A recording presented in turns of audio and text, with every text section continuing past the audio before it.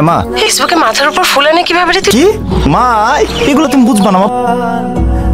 হ্যাঁ মা বলো। ভাবি আর আমি একটা ছবি দিয়েছি, লাইক দে না। ওকে মা, দিয়ে দিব না। সরি। এই আন্টি ফেসবুক খুলছে, এই যে আমার ফ্রেন্ড রিকোয়েস্ট পাঠাইছে। তোকেও। হ্যালো বাবু, ফেসবুকে কিছু শার্ট দেখলাম, তোর জন্য একটা পছন্দ করেছি, কিনবো কিভাবে বলতো? আম্মু এখন না। আম্মু কি ছবি আপলোড দিছো তুমি? এক্ষুনি ডিলিট করো। আমার সাথে তো তোর কোনো ছবি নেই। কয়েকটা দিনই তো, খেয়াল রাখবে কিন্তু। একটু যখন বড় হলাম, খুবই বাড়ি ফিরলে সে কি টেনশন। ওকে আরাম। মাকে কখনো আমার আগে খেতে দেখিনি। যখনই অসুখে পড়তাম মা অস্থির হয়ে যেতেন।